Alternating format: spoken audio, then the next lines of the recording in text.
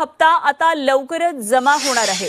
महिला बालविकास मंत्री आदिती तटकरे यांनी ही माहिती दिली आहे। लाडक्या बहिणींसाठी आनंदाची ज्यांनी या योजनेचा चुकीचा लाभ घेतलेला असेल त्यांच्यावर योग्य ती कारवाई करून त्या संदर्भातली रिकव्हरीची भूमिका ही शासनाची आहे। या आधी सुद्धा ज्या वेळेला एका लाभार्थ्यांनी किंवा एका व्यक्तीने 30-30, 35-35 अकाउंट्स ची त्या ठिकाणी एक साताऱ्यामध्ये, एका सांगलीमध्ये, सोलापूरमध्ये अशा पद्धतीच्या घटना घडल्या, त्यावेळेला आम्ही ते अकाउंट त्याच वेळेला सील केलेले आहेत। आणि मला वाटतं एकतर सुरुवातीपासूनच लाडकी बहीण योजना ही लाडक्या बहिणींना त्यांच्या आयुष्यामध्ये आनंदाचे काही क्षण महायुतीचं सरकार देऊ शकले म्हणून ती त्यांना रुचली आहे। पण विरोधकांना सुरुवातीपासूनच त्या ठिकाणी ही योजना ही त्यांच्या कुठेतरी नजरेमध्ये खुपत आलेली आहे।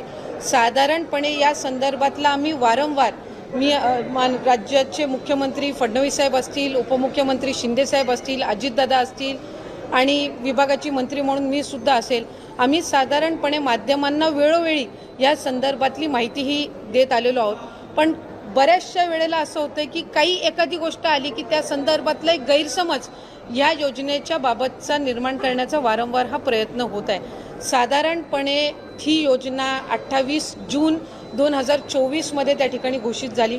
1 जुलैपासून त्या संदर्भातले फॉर्म भरण्याची सुरुवात झाली। पहिल्या टप्प्यातले 2-3 महिन्याची लाभार्थ्यांची संख्या साधारणपणे 1,33,00,000 होती, जे 17-18 ऑगस्ट 2024 मध्ये लाभ आम्ही वितरित केला।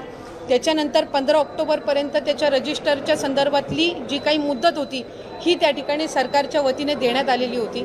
आणि या आधी सुद्धा प्रत्येक वेळेला ज्या वेळेला आम्ही स्क्रुटिनी ही जी प्रक्रिया आहे ही साधारणपणे सातत्याने चालणारी प्रक्रिया आहे। याचं कारण असं की वेगवेगळ्या विभागाचे जे डेटा असतात याचा ॲक्सेस त्या पर्टिक्युलर डिपार्टमेंटलाच असतो, त्या विभागालाच असतो।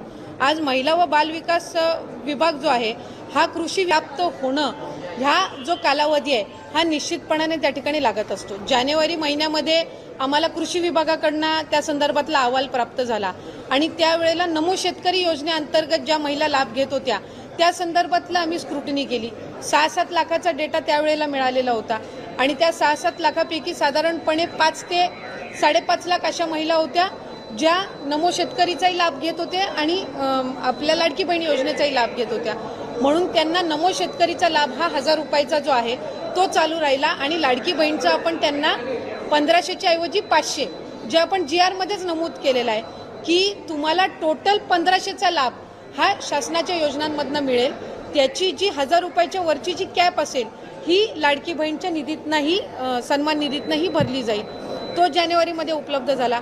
मधल्या कालावधीमध्ये आम्ही साधारणपणे 8 लाखाचा जो सेवार्थचा आहे त्याच्यापैकी 8 लाखापैकी 2 लाखाचा आम्हाला त्या ठिकाणी उपलब्ध झाला। त्या 2 लाखापैकी 2 ते 2.5 हजार